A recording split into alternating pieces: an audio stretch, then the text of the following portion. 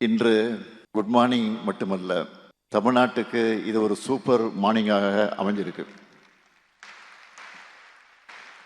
பல தடைகளை, சூழ்ச்சிகளை முறியடிச்சு இன்னைக்கு காலையில் 1,31,00,000 சகோதரிகளுக்கு சிறப்பு தொகுப்பாக 5,000 ரூபாய் மகளிர் உரிமை தொகை வழங்கிட்டு மிகுந்த மகிழ்ச்சியோடு, மனநிறைவோடு இந்த நிகழ்ச்சிக்கு வந்திருக்கிறேன். இன்று எனக்கு மகிழ்ச்சியோட பொறுப்புணர்வும் கூடுதலாகி இருக்கு. பதவியேற்ற போது சொன்னேன், வாக்களித்தவர்கள் வாக்களிக்காதவர்கள் என நினைக்காமல் அனைவருக்குமான முதலமைச்சராக இருப்பேன் என்று சொன்னேன். அனைவருக்குமான முதலமைச்சராகத்தான் இந்த 5 ஆண்டுகள் இருந்தேன்.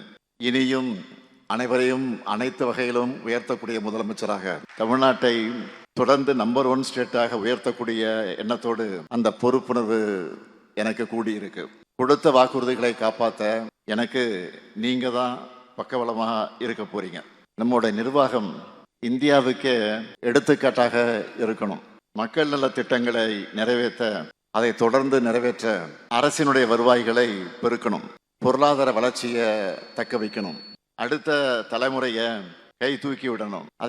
அதற்கான மன உறுதியை நெஞ்சில் ஏந்தியபடி இந்த நிகழ்ச்சிக்கு நான் வந்திருக்கிறேன்.